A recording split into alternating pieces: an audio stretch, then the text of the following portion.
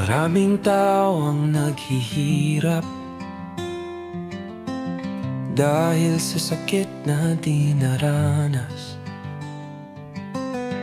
Karamdaman ay di maiwasan kapag kalusugan ay napapabayaan.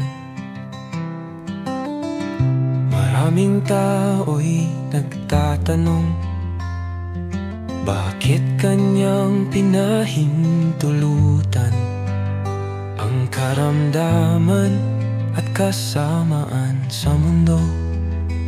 Mahal ba tayo ng Diyos ng totoo?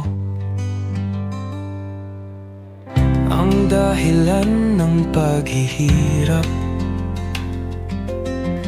sa kasalanan tayo'y nahiwalay.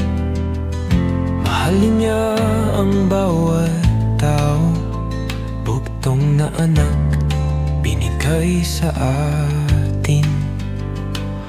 Si Kristo'y tanging lunas sa kasalanan. Ating kasalanan ay kanyang binayaran.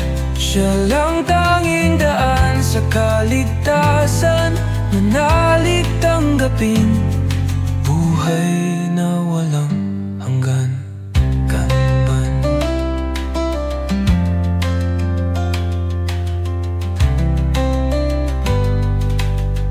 Maraming tao'y nagtatanong, bakit kanyang pinahintulutan ang karamdaman at kasamaan sa mundo?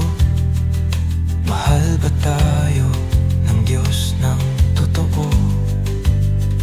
Ang dahilan ng paghihirap, sa kasalanan tayo'y nahiwalay.